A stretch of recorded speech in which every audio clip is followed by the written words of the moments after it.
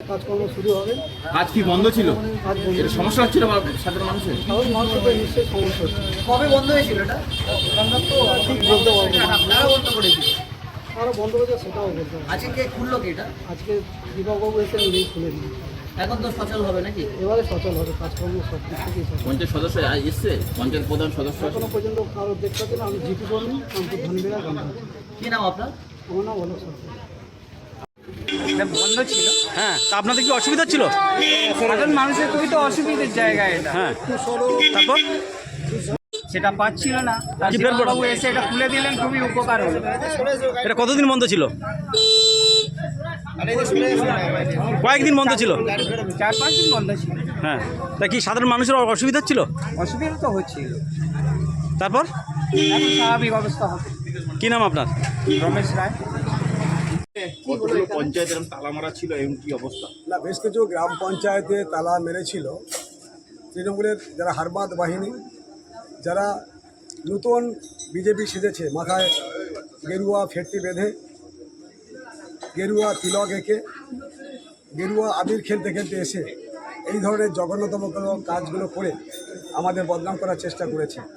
আমরা এই ধরনের কোনো কাজ করি না। ভারতীয় জনতা পার্টি কখনো এই ধরনের কাজ করে না। ভারতীয় জনতা পার্টি কখনো এই ধরনের কাজকে সমর্থনও করে না। তো আজকের আমাদের বলতে চাই, আমরা এলাকার আপনাদের মাধ্যমে এলাকার মানুষকে বলতে চাই, পশ্চিমবঙ্গের মানুষকে বলতে চাই যে তৃণমূলের যারা হারমাদ বাহিনী, যারা দীর্ঘদিন ধরে আমাদের উপর অত্যাচার করেছে, নিপীড়ন শোষণ করেছে, বঞ্চনা করেছে, আমরা 21-এর নির্বাচনের পরে আমরা দেখেছি দিকে দিকে আমাদের কর্মীদের যেমন ঘর ভেঙেছিল, শারীরিকভাবে নিগৃহীত করেছিল, আমার বোনেদের মায়েদের উপর অত্যাচার করেছিল, আমাদের কর্মী সাধুরহাটে যাকে মার্ডার করা হয়েছিল। এত কিছু ঘটনার পরেও কিন্তু আমরা এই নির্বাচনে জয়লাভ করার পরেও সংযত থেকে মানুষকে শান্ত রাখার চেষ্টা করেছি।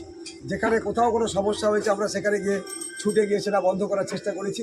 আর এই যত গণ্ডগোল সবটাই করেছে কাউন্টিংয়ের দিন সকাল 8টার পর থেকে, যখন রেজাল্ট বেরোতে শুরু করেছে, যে তৃণমূলের হারমাদ বাহিনী ছিল তাদের একটা অংশ আমাদের সঙ্গে মিলেমিশে গিয়ে নূতনভাবে বিজেপি সেজে তারা এই ধরনের কর্মগুলো করেছে।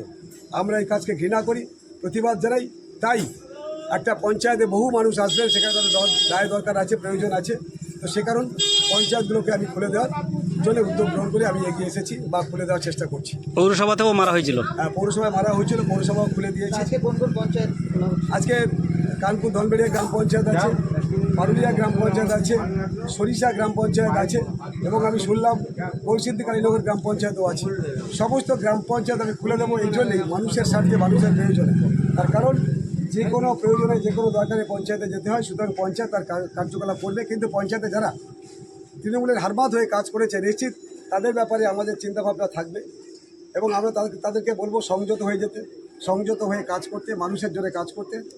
রাজনীতির যে কোনো রাজনীতি করতে পারে, কিন্তু তারা যেভাবে গত 5টা বছর ধরে অত্যাচার করেছে, মানে হারমাদগিরি করেছে, বাংলার মানুষের সাথে সাথে ডায়মন্ড হারবারের মানুষরা অত্যন্ত ক্ষুব্ধ।